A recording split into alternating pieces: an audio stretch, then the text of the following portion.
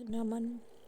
भक्ति मार्ग में भगवान चिंतन के लिए जहाँ भगवान के चरित्रों का बड़ा योगदान होता है, वहीं उससे अधिक सहयोग संतों के चरित्र देते हैं।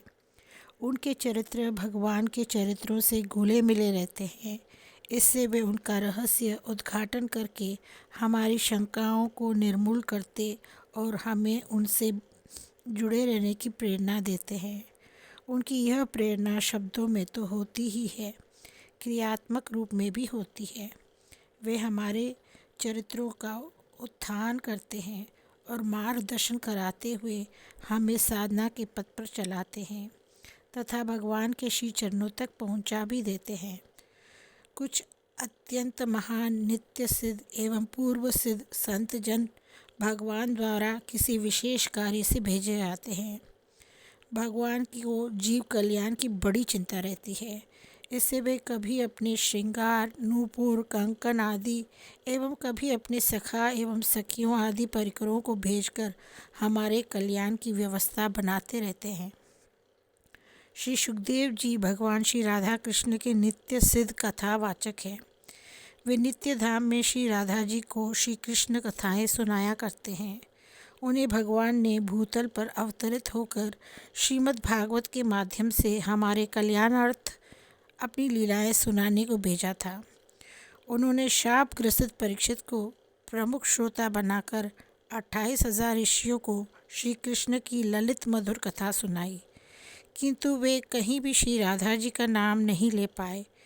भक्तजन इसके अनेक कारण बताते हैं, किंतु वास्तव में श्री राधा का नाम उच्चारण करते ही उनका भाव विभोर एवं समाधिस्थ हो जाना था। अस्तु कथा में व्यवधान न पड़ जाए, इसलिए राधा का नाम उन्होंने उच्चारण नहीं किया और वे इतने सावधान रहे कि राधा ही नहीं, किसी भी गोपी का उन्होंने नाम नहीं लिया। अस्तु श्री राधा जी के नाम के बिना उस रस का प्रादुर्भाव नहीं हो पाया जिनकी रसिक जनों को प्यास रहती है।